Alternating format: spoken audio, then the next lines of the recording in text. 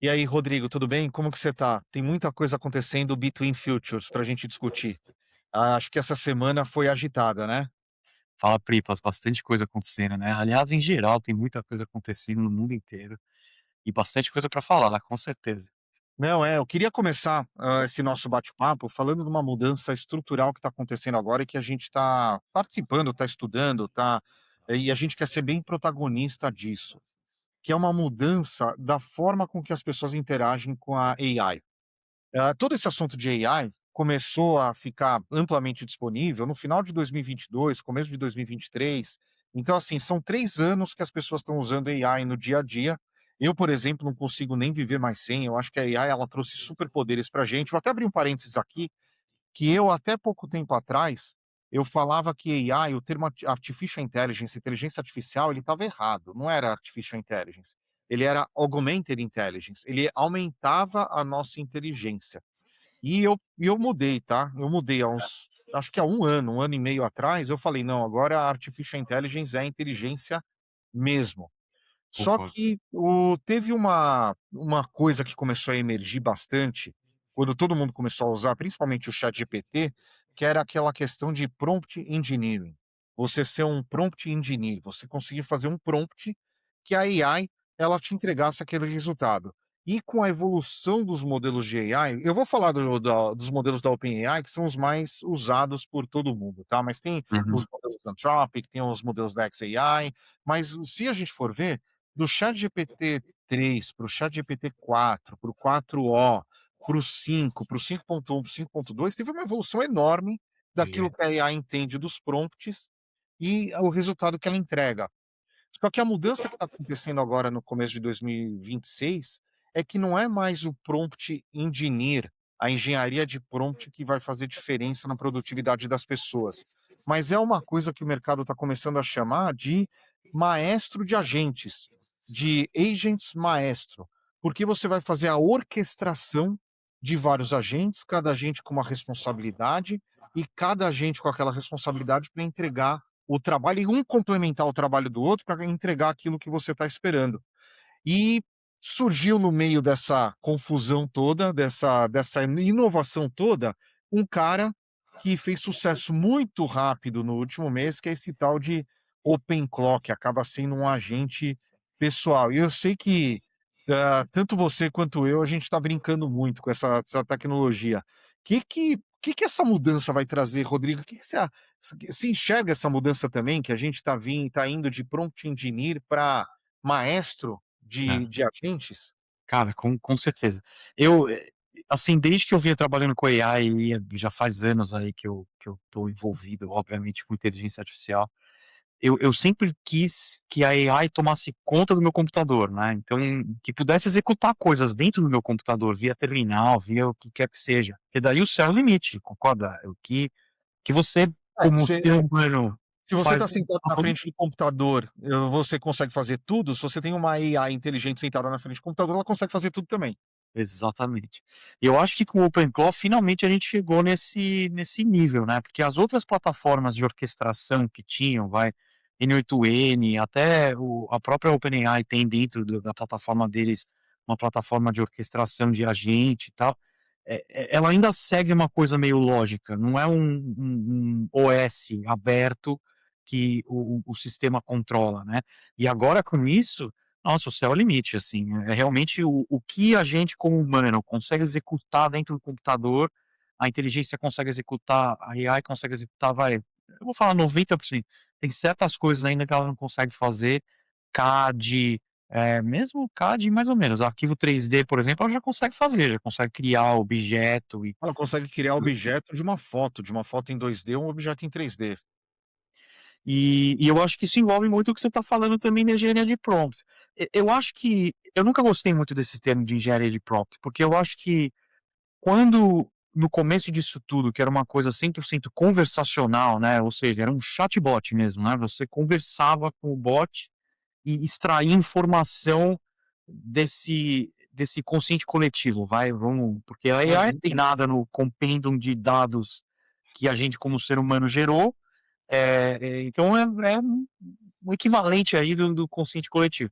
Então você extraía informação desse consciente coletivo, mas era uma coisa extremamente conversacional. E a minha teoria, que eu sempre falo para as pessoas é, você só consegue extrair informação desse sistema no nível que a sua pergunta está sendo formulada e feita. Se a sua pergunta é uma pergunta superficial, a informação vai vir para você de forma superficial. Agora, se você formula essa pergunta bem, melhor e tal, você vai conseguir extrair uma informação mais profunda, certo? Então, eu acho que isso é engenharia de prompt, né?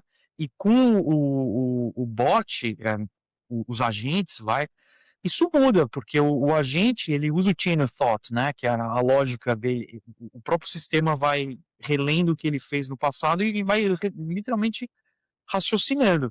Isso muda, porque você vira realmente um maestro, você tem que tratar esses bots, agentes, como pessoa. E aqui é interessante que eu vejo duas coisas assim surgindo. Eu vejo o full stack builder aparecendo, tá? Eu, por exemplo, eu nunca fui um full stack developer, tá? Para todos os projetos de tecnologia que eu faço, eu tinha que chamar alguém para complementar aquilo que eu não sabia. Então, eu nunca soube 100% de nenhuma das verticais, back-end, front-end, nada. Eu sabia 40, 50, 30%, o suficiente para conversar e pedir as coisas para o developer. Cara, hoje eu não preciso mais desse outro cara, porque o que eu tenho de conhecimento 30, 40%, a AI me complementa os 60, e não só complementa, mas eu aprendo com ela, então eu vou aumentando também a minha base do conhecimento, né. Mas muda, porque você vira o cara que controla o sistema. E por um outro lado também, eu vejo as pessoas que são bons managers nas organizações, bons managers, pessoa que sabe delegar, que sabe pedir coisa, e sabe pedir coisa, delegar, acho que não tem como, ir muito mais fundo que isso. Acho que pessoa E que sabe esquematizar aquele pedido, né, sabe organizar aquele pedido. exato. Eu acho que faz com que esse cara seja ele seja muito bem-sucedido nessa nova realidade aí com os agentes, porque nada mais é do que isso, você está delegando tarefas que antes era você que fazia, para um sistema que raciocina, entendeu. Então eu acho que É. é bem diferente do que a gente vinha vendo antes, com essa interação conversacional puramente, né. Mas sabe que você falou uma coisa, eu até escrevi um artigo lá no LinkedIn sobre isso, que é quem tem bagagem consegue usar melhor a inteligência artificial do que quem não tem bagagem. Porque no final das contas é aquilo que você falou, a qualidade do seu prompt é a qualidade do resultado que você tira. Só que agora isso vai ficar muito mais, isso vai ficar muito mais na nossa frente, porque não é só a qualidade do prompt. Você tem que desenhar uma arquitetura de agentes, você tem que delegar responsabilidade, o que que cada agente vai fazer, qual que é o input, qual que é o output, como que um comunica com o outro. Aquela cabeça mais sistemática que quem veio do mundo de tecnologia lá tem, acaba sendo algo que vai ser muito utilizado agora. É, E vai fazer a diferença, porque é aquilo, a quem ganhou superpoderes só com o chatbot, só de o conversacional, só você mandar um negócio e ele te responder, imagina agora que não é só conversa, imagina agora que ele pode trabalhar no totalmente, seu lugar. totalmente, cara. E eu tenho falado para as pessoas, eu me sinto, assim, um super-humano desde que eu tenho trabalhado com AI, e agora com os agentes, mais do que nunca. O que eu fiz de trabalho desde que eu venho trabalhando com o meu agente, que é o Larry, tem um nome, O Larry. é o desde que eu venho trabalhando com ele, Oh, desculpa, assim, o meu chama Toby. Toby, não, Toby. o meu é o Larry é o manager dos outros, então eu É, falo com o Larry e ele delega, aí eu tenho o Larry, o Gary, o Harry e a Mary. eu Tem tenho o 4 Toby, ali. porque eu tinha um aspirador robô que era o Toby, daí o aspirador robô morreu, eu fiquei triste, eu chamei o meu agente agora de Toby. E Mas isso vai isso é lá. legal também, porque você dá uma personalidade para aquele É. agente, entendeu. Então você troca ideia com uma pessoa que você quer trocar ideia no final do dia, entendeu? Que ele tem a personalidade que você shape ele. É engraçado, tem aquela série, o Westworld, Aham. que você tinha os caras que escreviam a personalidade dos robôs do parto, né. E o OpenClaw permite você ser um pouco desse cara, porque você escreve aquilo que você quer que o agente, executa, mas execute, né, mas não só do ponto de vista mecânico, vamos chamar dessa forma, de ponto de vista de personalidade também, né. Então, assim, o que eu fiz de trabalho nos últimos, vai, 1 mês e meio aí desde que eu tô brincando com o OpenClaw, honestamente é o equivalente de 3 meses de trabalho, assim, o dobro. É, o ganho de produtividade ele é a Uhum. absurdo, assim, eu pra no meu caso também, o que eu fiz de trabalho, acho que no último mês com o OpenClaw, que é a orquestração dos agentes, é algo que antes do OpenClaw eu faria em 6 meses, É, talvez exato. até mais, talvez um ano. Então, assim, é É muito absurdo. incrível. Mas uma coisa que é importante todo mundo ter consciência, é que as pessoas elas têm que estudar, porque o valor ele vai migrar da geração de um prompt, da geração de código, para efetivamente um desenho, arquitetura de sistema É. e orquestração de agentes. Então essa consciência que está sendo pouco discutida, as pessoas elas vão ter que ver. Aliás, uma coisa que passou na minha cabeça agora, olha só, lembra o filme Matrix do final da década de 90, como que era visionário aquele filme? Que tinha? Você tinha um arquiteto E os agentes. enviando os agentes. E o Ah, Petit lá é o meio do mal, né, não vamos esquecer disso. ele era do mal, mas é que se vai ser do mal ou não, acho que a gente vai deixar esse tópico para uma outra conversa, mas é Mas eu acho que a lógica é muito válida, porque era um software, eram sistemas de computador, software, basicamente software, não tem outra palavra. Era um software com uma personalidade, então, não era só o agente, né, tinha um agente que era o mal, mas tinha a menininha que era enfim, eu não lembro o que a menininha fazia, uma criancinha. Aí tinha o oráculo, mas todos esses eram software, todos eles eram, né, enfim, é rodavam no a sistema é a numa. realidade imitando a ficção, mais uma vez, mas é a mensagem que a gente está discutindo aqui, que eu acho que é legal para quem está ouvindo, é exatamente isso, perceber essa mudança de desenho do prompt para uma mudança de você fazer orquestração de agente. Hoje o OpenClaw, ele está desenhado como um agente para ser um agente pessoal, um assistente pessoal.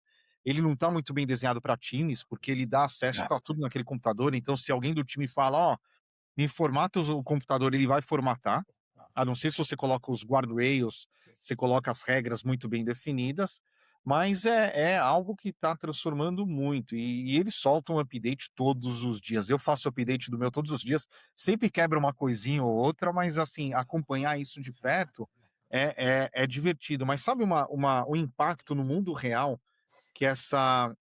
que toda essa nova orquestração de agentes, esses novos serviços de AI, por exemplo, serviços onde você pode criar um site, um serviço, um app, blá-blá-blá, isso está tendo impacto direto no mundo real, que o pessoal até cunhou um termo que é o SaaSpocalipse.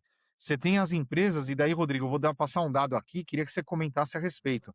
Você pega, no começo desse ano de 2026, as grandes empresas de SaaS estão todas derretendo na bolsa de valores.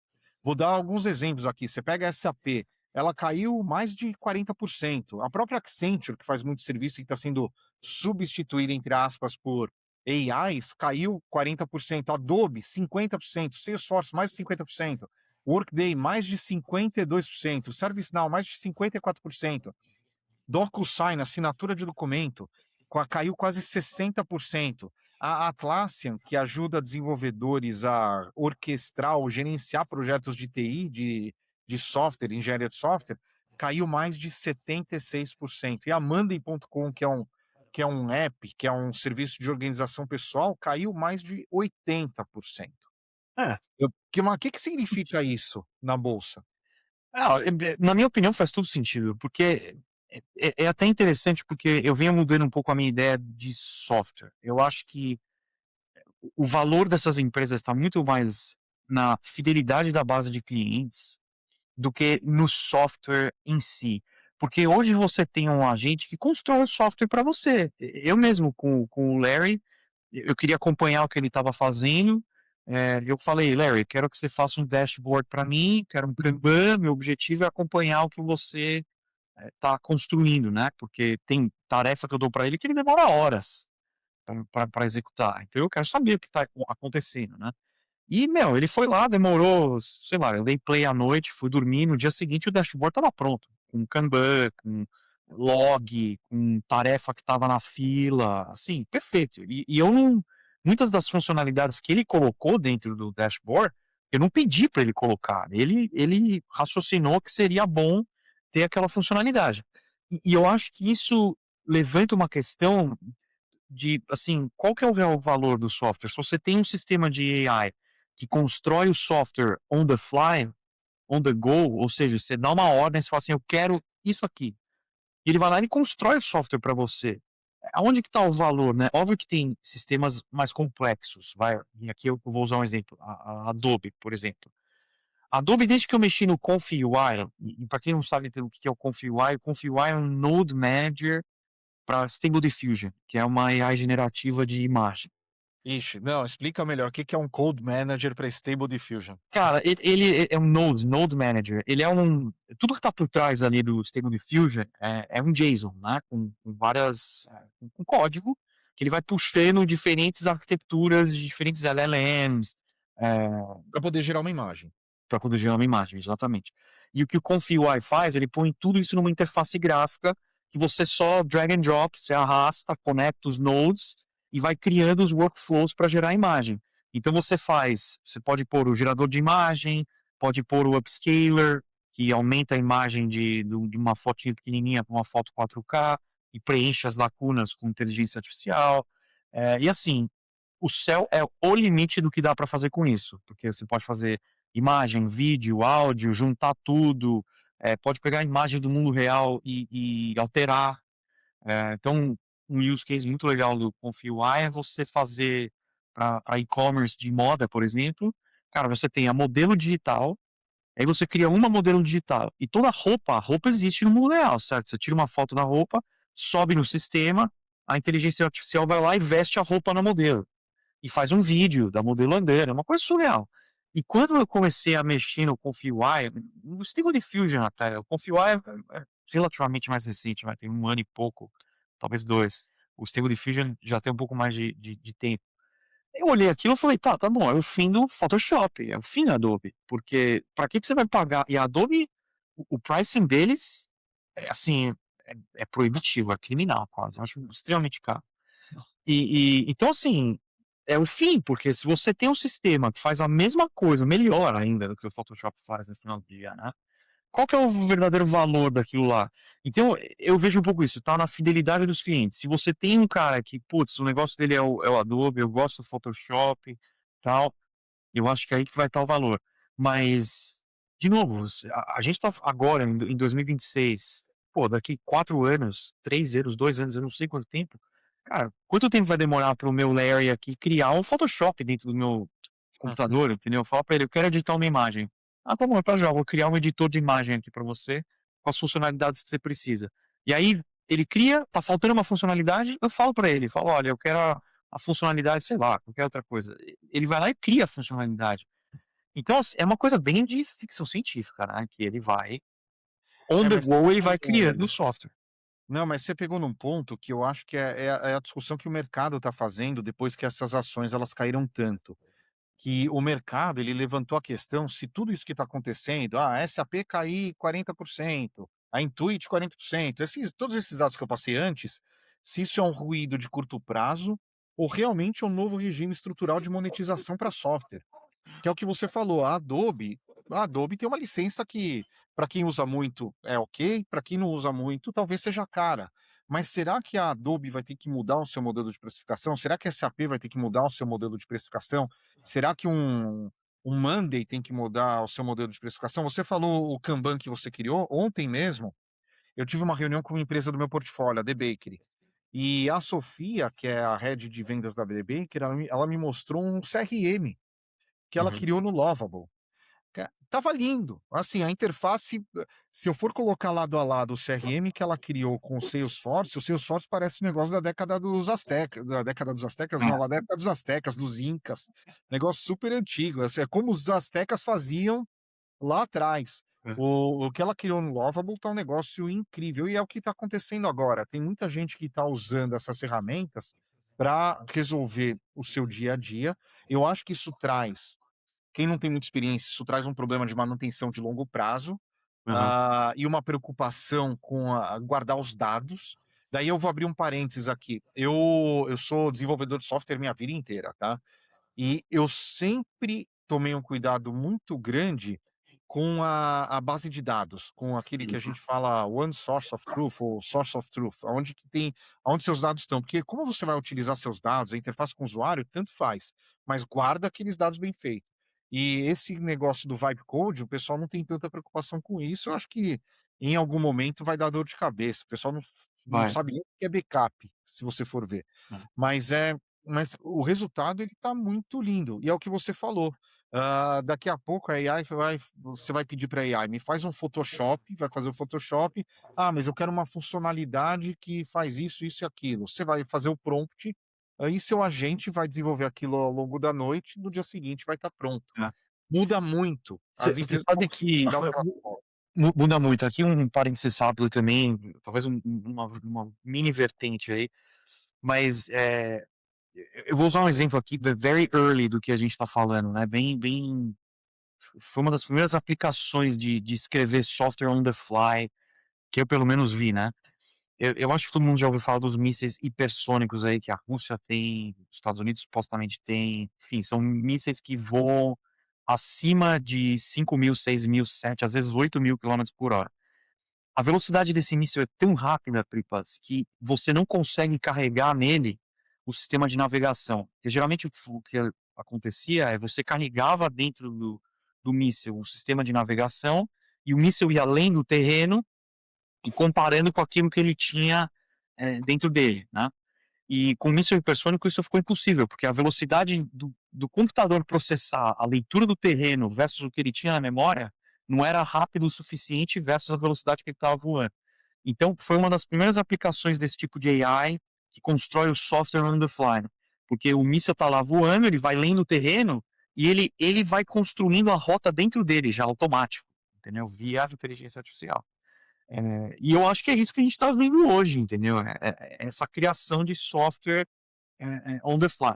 Você falou uma coisa que eu acho que talvez seja a chave disso tudo que está acontecendo, que é o modelo de pricing. Eu nunca gostei de subscription, tá? Nunca gostei, mas é o que o mercado escolheu como o melhor modelo de negócio é subscription, tá? Eu vou dar o exemplo do DocuSign, que você até falou aí que as ações caíram um horror também. O DocuSign é uma Caiu coisa que 56,7% na nossa, última pelo amor de Deus, a pesquisa. empresa perdeu 50% do valor, É. é muita coisa. Mas eu acho que o pricing pode ser a chave para destravar talvez aí valor nessas empresas legacy, entre aspas aí, né, pré-AI.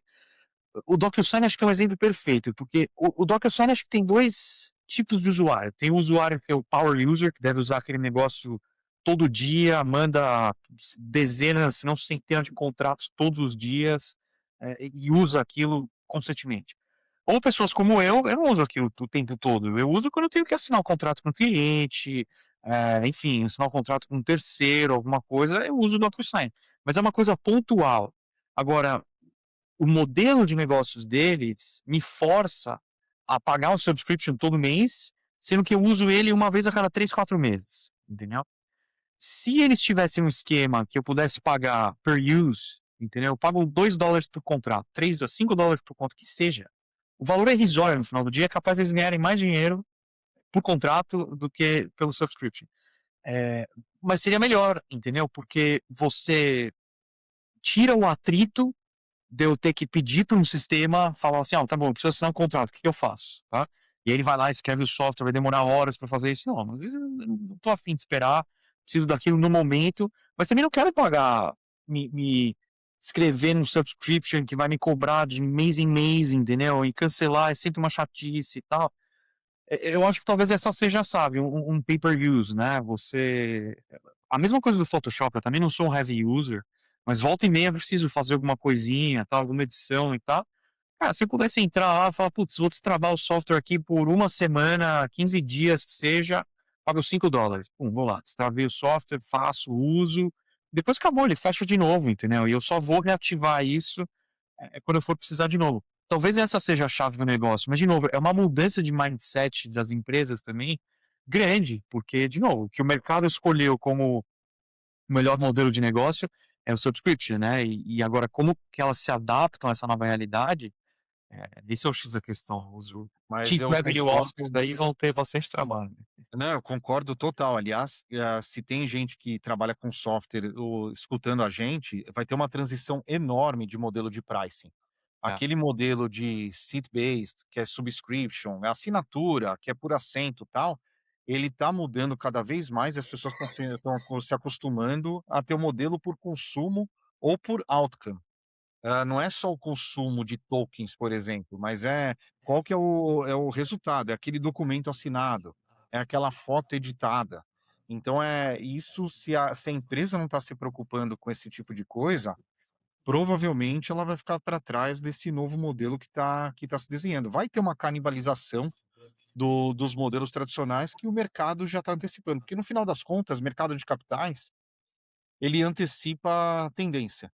é. Essas empresas estão sendo precificadas já com a ideia de que aquele contingente de os subscribers, de assinantes dos serviços, provavelmente não vão querer manter a assinatura, vão querer pagar de uma forma diferente. É, mas eu acho que tem outro ponto aqui que eu acho que é interessante trazer também. Eu vi esses dias um dado do percentual da população mundial que de fato está usando, e eles não estavam falando de usuários avançados de AI, tá? Eles estavam falando de usuários do ChatGPT, e isso incluía o tier gratuito do ChatGPT, que deve ser, sei lá, percentual, deve ser o maior percentual deles, com certeza deve ser o tier gratuito. E dava no total da população mundial, tá, dava menos de 2% da população, Pripas. Ou seja, 2% da população mundial usa o ChatGPT. ChatGPT especificamente, tá. Quando você pega essa quebra e vê quantos desses são usuários avançados, que estão mexendo, não vou nem falar OpenClaw, mas que estão já no Anthropic, ou que estão usando o Codex da OpenAI, que são modelos diferentes, né? Não é só o modelo conversacional, era assim, era menos de 1% da população mundial. Então, eu também acho que vale lembrar que tem muita gente ainda que não foi exposta a um modelo, um sistema de AI avançado, que está ainda naquele layer do conversacional com o ChatGPT, perguntando coisa básica, entendeu? Do dia a dia. A gente está falando aqui do power user, né? Mas a gente não pode generalizar.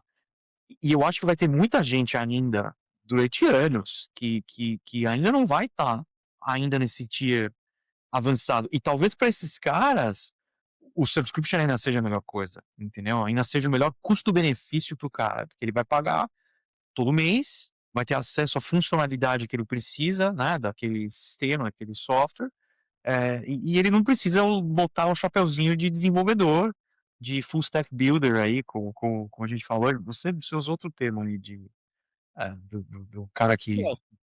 orquestrador.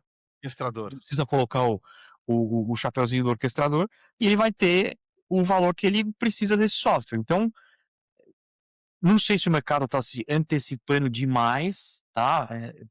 Tem empresa aqui que a gente está vendo, de novo, 50% do valor da empresa é muita coisa.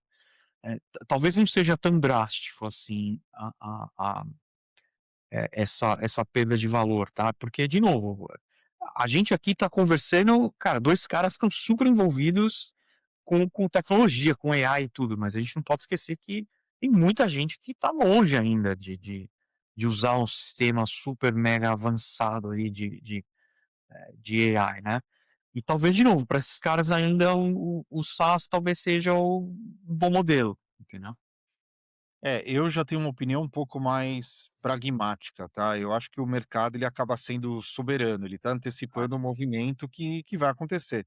E o mercado, ele é soberano e ao mesmo tempo ele é ansioso. é, Ele antecipa esses movimentos muito rápido e eu particularmente, até como investidor, que é o meu business, o meu negócio, eu enxergo isso como um movimento estrutural.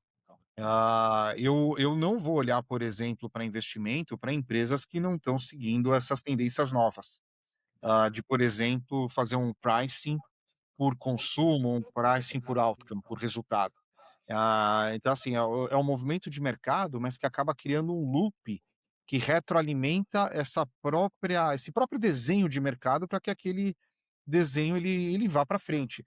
Nisso eu vou entrar num outro assunto também que está ligado nesse. A gente falou da queda de ação das empresas de SaaS, mas nessa semana teve uma queda de ação enorme nas empresas de pagamento, Visa, Mastercard, outras, por causa de um relatório da Citrin Research, que foi um relatório que era um exercício de estresse para saber como que ia funcionar o mundo no ano agora de 2027, 2028, 2029, 2030. E eu achei curioso que nas várias conversas que eu tenho com um monte de gente, eu falava e ainda falo há algum tempo, eu falo bastante, que eu acho que final de 2027, começo de 2028 vai ter convulsão social por conta de muita gente perdendo emprego por conta da AI. E Assim. eu fiquei feliz por um lado e triste por outro, que não fui eu que escrevi, foi a Citrine Research que escreveu e publicou, e escreveu exatamente isso, que vai ter uma convulsão social por conta de layoffs, por conta da AI, porque qual que é a tese desse relatório deles? Que a AI não vai parar de funcionar. A AI ela vai funcionar tão bem que ela vai acelerar a substituição do trabalho, principalmente aquele white collar, aquele trabalho que é de pensamento, comprimindo a demanda e criando um loop, onde vai ter layoffs, consumo menor, pressão de margem, e isso vai fazer com que as pessoas busquem mais automação. Olha só o loop que ele trouxe lá.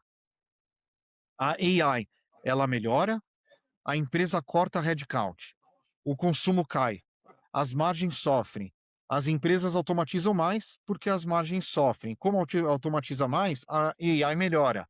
Que daí as empresas vão cortar mais headcount, o consumo vai cair, a margem vai sofrer. Se esse loop se confirmar, como que vai ser o mundo agora para frente?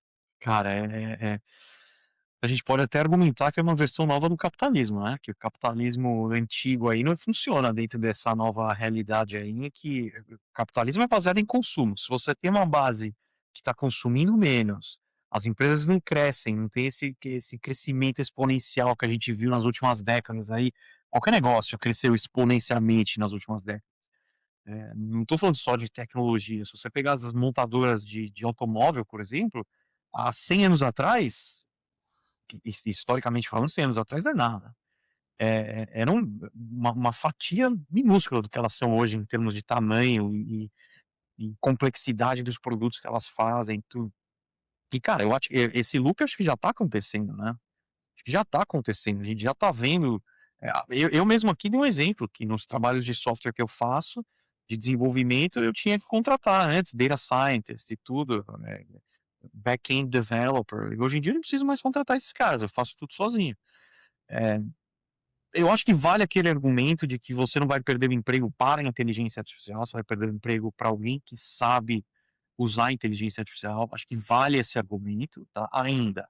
Pode ser que no futuro esse argumento também não seja mais válido, tá, mas é uma mudança, né, ele usa um termo aí, o que que ele falou? Social? Eh, Convulsão social. convulsão social, pode ser que seja uma revolução social, né, acho que a gente É. pode ir até um passo além. Eu vi uma coisa interessante esses dias, e eu nunca tinha visto esse problema por esse prisma, tá. A primeira coisa que a gente pensa imediatamente é renda, né, do que essas pessoas vão viver, as pessoas que perderam o emprego e tal, é renda, né, ou seja, como que esse cara vai ganhar dinheiro para pagar aluguel, fazer supermercado, as coisas básicas. Até aí tudo bem, redistribuição de renda, universal basic income, existem várias teorias, tá, que eu não sou a melhor pessoa para falar disso talvez, mas existem várias teorias de como você fazer essa redistribuição de renda. Mas eu escutei uma coisa que ficou comigo e eu não tenho uma opinião formada ainda, mas definitivamente isso vai ser um problema, que é a perda de identidade das pessoas também. Porque muitas pessoas se identificam com o trabalho, né, como forma de personalidade. Tem pessoas que você pergunta: "Quem é você?" O cara fala: "Ah, eu sou um advogado, eu sou um médico", antes de falar qualquer coisa. Antes dele falar que ele é pai, antes dele falar que ele é marido, antes dele falar que ele gosta de Pokémon, sei lá, qualquer coisa, ele fala a profissão dele. E esse cara, eu não lembro onde foi que eu escutei isso, tá, mas ele estava falando mais desse ponto de vista psicológico mesmo, dessa mudança, que é como essas pessoas vão se identificar daqui pra frente, porque você, de novo, você tem um problema psicológico, é diferente, você tem um problema psicológico nascendo na sociedade, em que é uma crise de identidade, né. de novo, hoje você pergunta para as pessoas o que que você é, a maioria das pessoas, primeira resposta é a profissão. E aí, a partir do momento que você não tem uma profissão mais, você volta a ser um ser humano. E qual que é o seu papel ali na sociedade como ser humano, entendeu? É um prisma interessante também. Cara, tempos de mudança, né.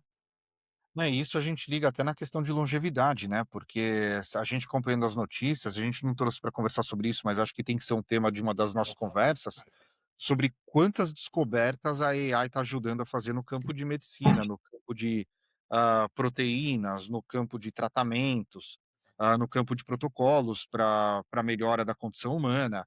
Então tem muita coisa acontecendo em relação a isso e aumenta a expectativa de vida, só que é o que você falou, eu gostei do que você falou, que hoje a gente tem uma identidade que é muito ligada ao nosso perfil profissional. A gente tem que começar a pensar, já que a gente vai conviver com uma inteligência artificial no mundo que é muito capaz, intelectualmente falando, qual que é a nossa identidade humana.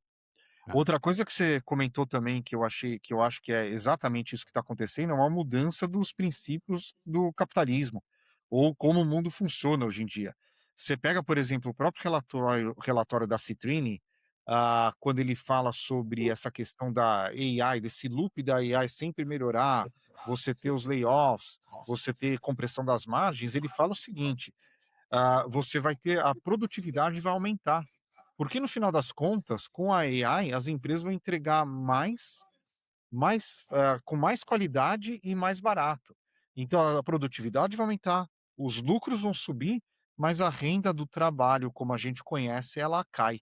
Tanto que ele cunha um termo que eu achei super interessante, que é o GDP, Ghost GDP, que é o GDP, é o Gross Domestic Product, é PIB, né, o produto interno bruto, só que é o produto interno bruto fantasma. É o produto interno bruto fantasma que cresce, mas não gera demanda. Porque como a nossa economia hoje ela é baseada em consumo, muito, principalmente no mundo ocidental e o no oriental também, mas é no capitalismo, o tudo que faz de crescimento de produto interno bruto gera mais demanda de consumo que acaba retroalimentando esse ciclo todo. Nesse cenário novo, você vai ter um ganho de produtividade, você vai ter lucros crescentes, só que sem aumentar a demanda.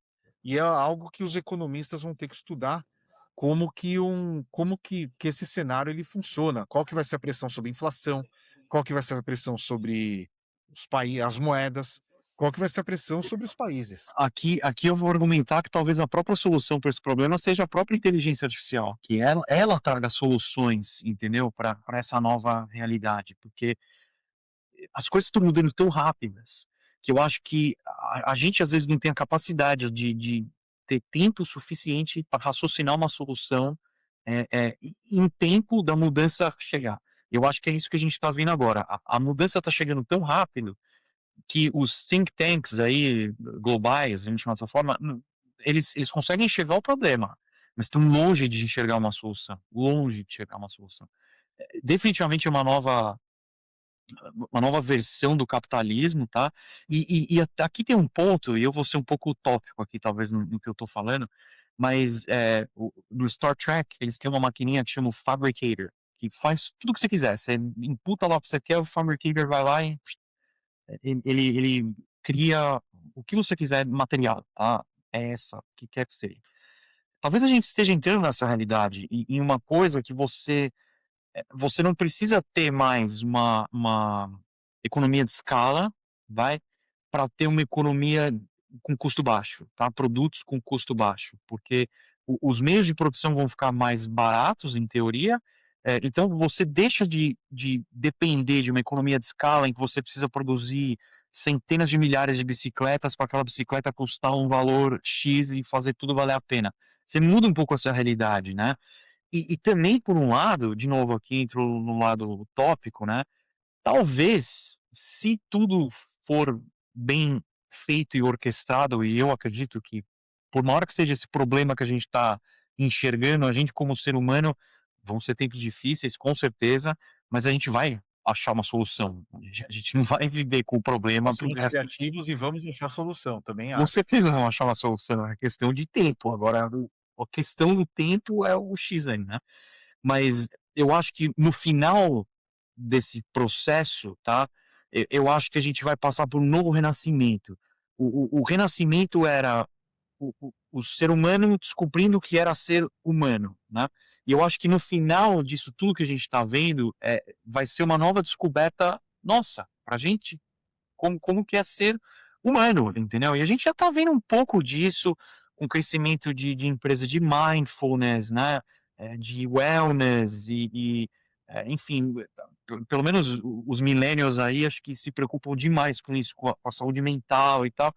E talvez no final desse túnel, a gente emerja disso, né, como um ser humano mais humano no final do dia, entendeu? A gente se redescubra, o que existe aqui dentro e não dependa tanto desses bens materiais para criar a nossa identidade, né. Mas de novo, eu estou sendo utópico aqui, porque eu não sei se é isso que vai estar no final do túnel. E por um outro lado também, talvez a gente chegue num momento em que a gente tenha tudo o que a gente quer, entendeu? Tudo que a gente quer, no momento que a gente quer. Eu usei o exemplo da bicicleta nova, da bicicleta. Cara, você quer uma bicicleta nova? Tá bom, beleza. O custo é irrisório para você ter uma bicicleta, e a diferença entre a bicicleta porcaria para a melhor bicicleta que existe no planeta, eu acho que vai diminuir muito, entendeu? E eu acho que esse talvez seja o X da questão aí, que no final disso tudo, a gente se redescubra mais humano e entre numa economia em que todos os bens materiais que a gente precisa para viver sejam fáceis de você ter, fabricar e consumir no final do dia, né. Mas de novo, utópico, né. Eu não sei qual que vai ser o output dessa mudança toda, né. Você falou do redescobrimento do ser humano, e eu vou usar esse gancho para mudar completamente a nossa discussão aqui nesse nosso bate-papo. O Barack Obama, ex-presidente dos Estados Unidos, há uma semana, 2 semanas atrás, ele falou: "Os aliens são reais, mas eles não estão na área 51". E daí o Trump virou e falou: "É, mas eu vou soltar todos os arquivos relacionados a disco voador e aliens. Eu sei que você é um entusiasta desse assunto. O que está Adoro. acontecendo?". Nossa, cara, esse assunto tá acontecendo muita coisa nos últimos anos. Muita coisa, acho que a gente precisa de um capítulo só para falar disso, mas eu acho que esse comentário do Obama, ele já ensinou algumas vezes, essa não é a primeira vez que ele fala, que existe vida alienígena, tá. Mas eu acho que todo esse conceito de vida alienígena tá mudando também, tá muito ligado à consciência, diferentes dimensões, isso tudo tá mudando, tá. Eh, o que que eu acho que tá acontecendo no governo americano, e aqui é a minha teoria, tá. Eu não sei se o Obama tá dentro desse esquema que eu vou falar, mas se ele foi briefed nesse assunto, com certeza ele sabe do que está acontecendo. Eh, enfim, na minha opinião, claramente é real que existe vida inteligente fora do nosso não vou nem falar fora da Terra, tá, fora do nosso contexto aqui de ser humano, tá. Pra mim é inquestionável essa questão. Eu acho que a gente teve algumas provas, nos últimos anos, tá, a própria Marinha Americana oficialmente reconheceu vídeos que os caças da Marinha Americana fizeram de objetos que eles não sabiam identificar o que que era, e assim, objetos que tinham aceleração instantânea, ele saía de um ponto e chegava no outro ponto, centenas de quilômetros de distância em coisa de segundos, segundos, ele pum, saía de um lugar e chegava no outro. E eles admitiram isso. Falaram: "Olha, a gente realmente não sabe o que que são esses vídeos". E eu acho que esse processo de soltar essas informações, eles chamam de disclosure aqui, né, nos Estados Unidos, que não sei nem qual que é a tradução literal, mas é disclosure, é como que eles vão trazer à tona essa realidade. E aí acho que tem vários ângulos que a gente pode analisar o que que significa o disclosure, né. Eu acho que a gente está vendo um soft disclosure acontecer, em que você tem esses pingos de informação aí sendo soltos por diferentes atores, tá, e talvez o Obama seja um desses atores que está fazendo parte do soft disclosure, mas o Você acha o que é Obama. Hã? você acha que é orquestrado? Que Eu aliás, acho é o que é que eu fiz orquestrado. questão, tá? Disclosure significa abrir informações secretas. É, é. podemos falar dessa forma. Eu acho que é orquestrado, eu acho que é orquestrado e eu acho que isso já vem acontecendo há anos, tá, não é uma coisa eles decidiram agora, não. Eu acho que agora tá ficando evidente, e eu tenho uma teoria minha, tá, do porquê que eles porque agora é a hora, tá, eh, eu falo já disso, mas eu acho que é orquestrado.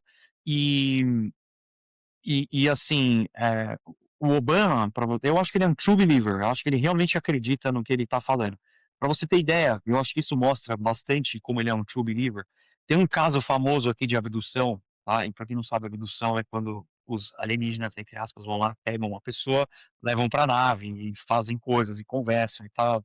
Tem casos horrendos e tem casos menos horrendos Bonitinhos. mais ou menos bonitinhos de abdução. Mas tem um caso super famoso aqui na década de 50 com a Bernie and Betty Hill, acho que esse é o nome, depois eu posso puxar aí direito o nome para as pessoas, mas era um casal, eles estavam voltando para casa na década de 50, acho que é 56 esse caso, e eles estavam na estrada, caso clássico, estavam na estrada, viam a nave em cima deles e a nave vai lá, abduz os dois e põe os dois dentro da nave e mostra coisas do futuro e tal para esse casal. E esse casal fez hipnose regressiva para lembrar do que tinha acontecido, né? E tem o áudio. Se você procurar na internet o áudio desse caso, tem o áudio, porque a hipnose regressiva foi gravada e, cara, você vê na voz do cara, ele contando toda a experiência dele. E o Obama tá produzindo, junto com a esposa dele, com a Michelle, eles estão produzindo um documentário sobre esse caso. Então, assim, mostra, produzindo com o dinheiro dele, né? Ou seja, ele tá pagando para produzir o documentário. Então, acho que mostra um pouco também da onde vem isso que o Obama tá Ah, mas falando do daí ponto de vista daí pessoal, né? eu olho com ceticismo a o disclosure dele, ao anúncio dele, porque ele tem um incentivo econômico. Se ele É, fala que os aliens estão aí, ele está produzindo comentário com dinheiro do próprio bolso, ele vai ganhar dinheiro depois, tem mas incentivo olha, econômico e como tudo no mundo, você tem aquela roda de incentivos. exatamente, e eu concordo em gênero, número e grau com esse argumento, mesmo porque esses caras que estão, esses atores aí que estão participando do processo de disclosure, cara, todos eles têm um livro, um podcast, alguma coisa que eles estão, de certa forma, expostos economicamente a isso. Alguns não, mas a maioria deles, sim. A maioria deles tem, de novo, um livro. A maioria é livro, né? O cara escreve um livro, tal, não sei o quê, ele vai num podcast, dá uma entrevista, fala sobre esse assunto todo, aí no final ele fala assim: olha, tá, mas tem meu livro aqui pra você comprar. Então, sim, acho que a gente pode olhar esse. Eu não acho que é o caso do Obama, pessoalmente falando, tá? Mas, assim, só para falar da minha teoria, do porquê que eu acho que agora é o momento, tá? É, enfim, está sendo discutido aqui já há meses um programa de engenharia reversa de tecnologia alienígena, tá? Então, existem pessoas nas Forças Armadas, tá? Principalmente na Força Aérea, parece que a Força Aérea concentra grande parte dessa inteligência, é concentrada na Força Aérea, Força Aérea Americana, só para deixar claro para quem estiver escutando. Força Aérea Americana, né, Força Aérea Americana. Inclusive existe uma teoria de que a Marinha Americana em 2021 admitiu esses vídeos, tá, publicamente, meio que para falar o seguinte: olha, se você não me colocar dentro do segredo aí, US Air Force, tá, eu vou começar a soltar a informação que eu tenho como Marinha Americana, porque eu acho que aparentemente era separado lá o acesso a esse tipo de informação. E então existe esse programa de engenharia reversa, em que o conglomerado de defesa aqui participa, então o Northrop Grumman, Lockheed Martin, todas essas empresas aí aparentemente têm acesso a essa tecnologia para fazer engenharia reversa e colocar em armamento. Basicamente é isso que eles têm feito há anos, tá? E o que eu acho que aconteceu, tá? Eu acho que os Estados Unidos não é o único país no mundo que tem esse programa de engenharia reversa. Eu acho que a Rússia tem, eu acho que a China tem e provavelmente Israel tem também, tá? Eu colocaria só esses dentro desse balde aí, tá? Eu não colocaria outros países, porque os Estados Unidos têm um poder gigantesco de, assim, caiu uma nave no Brasil, de Varginha, por exemplo, a Força Aérea Americana foi lá, horas depois já tinha um cargueiro da Força Aérea Americana pousando em Campinas. E levou tudo para cá, para os Estados Unidos, né?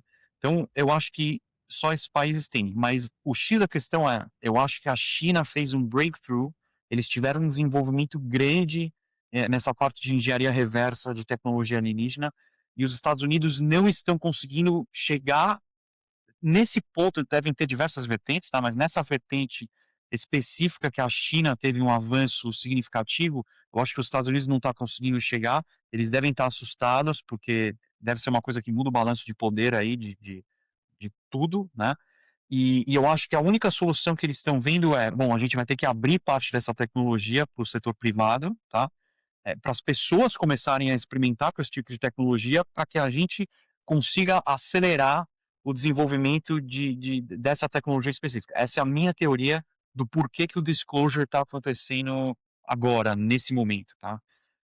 Minha teoria. Ou seja, uma estratégia efetivamente para fazer como se fosse um open sourcing da engenharia reversa e do desenvolvimento de tecnologias baseado naquilo que vem de fora. É, exatamente. Eu acho que é bem nessa linha aí do que está acontecendo hoje, tá. Pô, De novo, legal. tem diversas vertentes para a gente olhar para esse problema aí, mas eu acho que essa é uma delas. E eu vejo como a mais plausível para eles terem acelerado esse processo. De novo, é um processo que eu acho que já vem acontecendo há décadas, tá. Envolve diversas co envolve o cinema, por exemplo. O próprio Steven Spielberg fala que a CIA chegou para ele e a CIA dá informação para ele, e fala assim: "Olha, por que você não faz um filme a respeito disso aqui?" E ele Ele fez. vai lançar um agora, né, acho que é em maio. E sim, e chama Disclosure, por sinal. É, E ele fez o Contatos Imediatos de Terceiro Grau, que é assim o um quintessential clássico. filme É. clássico do filme de alienígena. E tem um livro muito interessante que chama Bom, Silver. ele fez ET. Ele fez ET também. Então, tem também, verdade. E tem um livro muito interessante que chama Silver Screening, Silver Lining, também eu posso colocar aqui nos comentários depois, mas ele conta do envolvimento da CIA com Hollywood para fazer, vazamento de informação, entre aspas, de uma forma não oficial. Então ele inseria essas informações compartimentalizada dentro de filmes, tá, para que a gente fosse se acostumando já com a ideia de que existe o ETzinho cinza com o olho, né, preto e tal. Então, de novo, tem diversas vertentes. Eu acho que esse processo vem acontecendo há décadas, mas o momento agora, na minha opinião, tem a ver com engenharia reversa, para uso militar, basicamente. Pô, bacana. Falando de espaço, você deve ter visto, e todo mundo deve ter visto, o rumor sobre o IPO da SpaceX, que estão falando que vai ser o maior IPO da história, 1,5 trilhões de dólares. Nossa. Eu, para quem não me conhece direito, eu sou um gestor de venture capital, meu fundo, a Stage Ventures, nós fizemos um investimento na SpaceX quando eles valiam 186 bilhões de dólares. E a gente acabou de vender a nossa participação nessa semana. Nós fizemos em menos de 2 anos 3,48 vezes o nosso investimento, quase 3 vezes e meia. Quer dizer que se você tivesse colocado 50 mil com a gente, você ia ganhar mais do que 150 mil em menos de 2 anos. Foi um Maravilhoso. super sucesso e a gente decidiu sair agora porque, até no mercado que nós atuamos, a gente não pode se basear muito em rumor. Se entregou um resultado desse que é espetacular, para a gente, de forma pragmática, faz sentido a gente já fazer essa saída e nós decidimos. Mas a SpaceX está fazendo muita coisa interessante. Além da exploração, além dos foguetes que levam satélites, que levam equipamentos para a Estação Espacial Internacional, eles estão prometendo fazer no futuro a exploração de minerais em asteroides, meteoros. Eles estão prometendo no futuro instalar data center no espaço, com uso de energia solar, que é infinita, Mas e esse também com refrigeração, que não precisa ter refrigeração lá fora. E eles estão falando da viagem, colonização de Marte, para que a gente consiga ter uma alternativa para o nosso planeta em algum momento que se esgotam os recursos. Assim, o plano é enorme, mas o ponto que eu queria trazer aqui para a discussão, e é um ponto que a gente discutiu dentro da State Ventures, é que a SpaceX, na exploração espacial para o governo americano, está se transformando numa empresa tão estratégica que talvez ela não faça um IPO. Porque empresa que é aberta, que é pública, que fez IPO, tem que abrir sua estratégia para o mercado, tem que publicar relatório. Como que uma empresa tão estratégica como essa, que tem a Starlink lá dentro, que é uma rede de comunicação global, vai fazer mineração, vai fazer data center, acabou de comprar a xAI, que é uma empresa de inteligência artificial, ela vai se abrir para escrutínio público. talvez tá ligado, as coisas estão ligadas aqui, né, Rodrigo? Eu acho que tá bem ligado mesmo. Eu vejo muito isso que você está falando de ser uma empresa tão estratégica que os Estados Unidos dependem da SpaceX. E dependem mesmo. Hoje em dia os Estados Unidos não têm capacidade de lançar os próprios astronautas para a Estação Internacional Espacial. Eles dependem da SpaceX para fazer esse lançamento, e antes da SpaceX eles estavam dependendo dos russos. Os astronautas iam com o foguete russo, eh, pra lá. Então, sim, eu acho que sim, tem esse prisma que a gente pode analisar essa situação, mas também, por outro lado, as outras empresas aqui de defesa que são, enfim, tão importante quantos para a estratégia nacional, vamos chamar dessa forma, Lockheed, a Northrop, Raytheon, todas essas têm ações na bolsa, né. E assim, a Lockheed não deve abrir nem nem um É, décimo do que eles fazem lá de desenvolvimento, né. Sim, agora, por exemplo, eles estão fazendo o F-47, que é o caça de supremacia novo aí, que vai substituir o F-22 e tal, que, cara, deve ser uma coisa super mega avançada em termos de software, capacidade operacional, tudo, e eles não precisam falar exatamente o que eles estão fazendo. Então, eu não vejo um impedimento para abrir o IPO, tá. O que eu acho que de fato talvez seja um liability aí para a SpaceX é o próprio Elon Musk, né. Eu acho que é muito poder concentrado na mão de um cara só, e os Estados Unidos não podem permitir isso, né. Assim, acho que, eh eh devem existir outras opções além da SpaceX.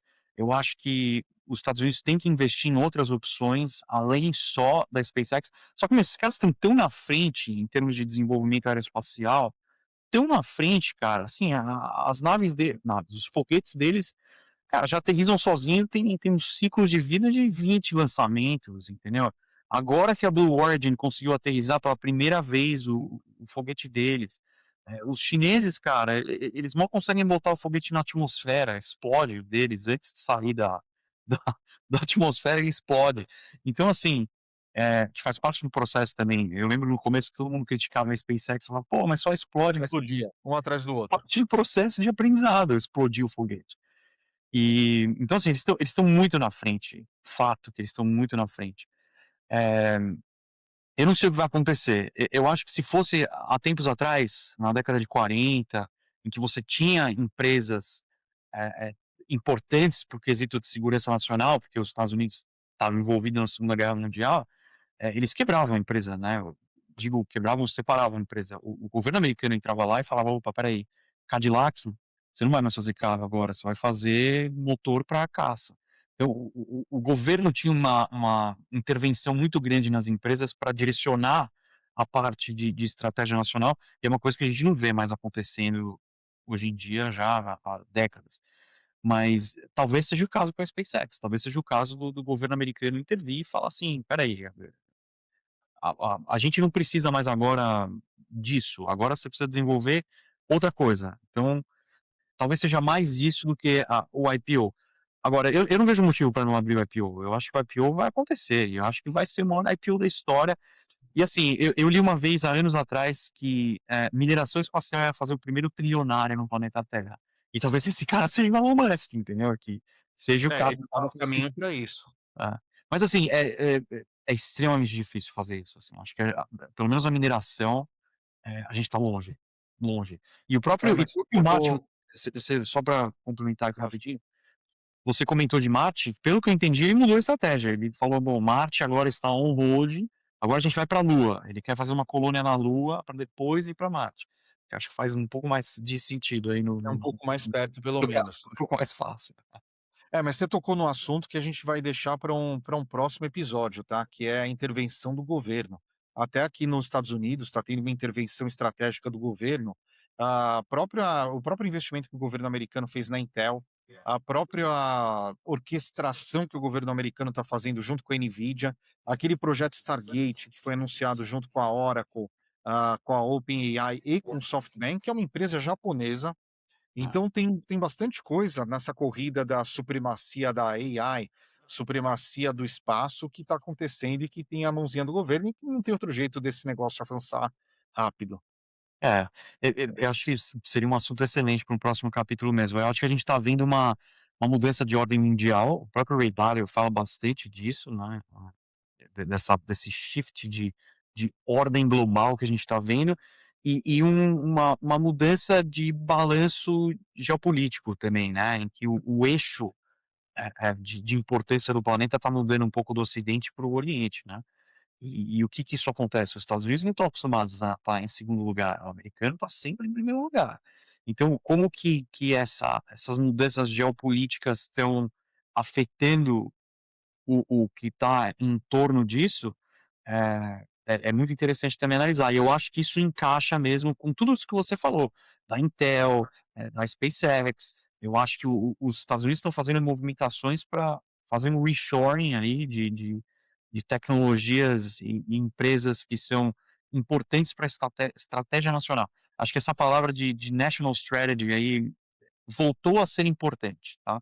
Talvez não era importante umas décadas atrás, mas hoje em dia acho que é de extrema importância, porque senão os países vão perder relevância, basta ver o que aconteceu com a Europa dormiu num ponto com inteligência artificial e assim, tá anos-luz atrás dos Estados Unidos e da Ásia em termos de desenvolvimento de IA, anos-luz. É. A gente vai ter que voltar nesse assunto, Rodrigo. Vamos pedir para o nosso BF Bot. Para quem não sabe, esse episódio, todos os episódios, a gente tem um agente de AI que a gente desenvolveu no OpenClaw que está ajudando a gente a organizar esses episódios. Depois, um dia, a gente mostra para todo mundo como funciona, mas eu já vou pedir para o nosso BF Bot ele pesquisar sobre esse assunto para que a gente possa conversar. Rodrigo, foi um excelente primeiro episódio. Você falou que os podcasts têm que sobreviver 3, né? Vamos ver se a gente É, passa do terceiro. tem que sobreviver 3, acho que vai, o papo foi muito bom. Boa. E se alguém quiser entrar em contato com a gente, conversar, participar, trocar ideia, é só mandar mensagem. Valeu, gente. Uma boa semana para todo Tchau, mundo. gente.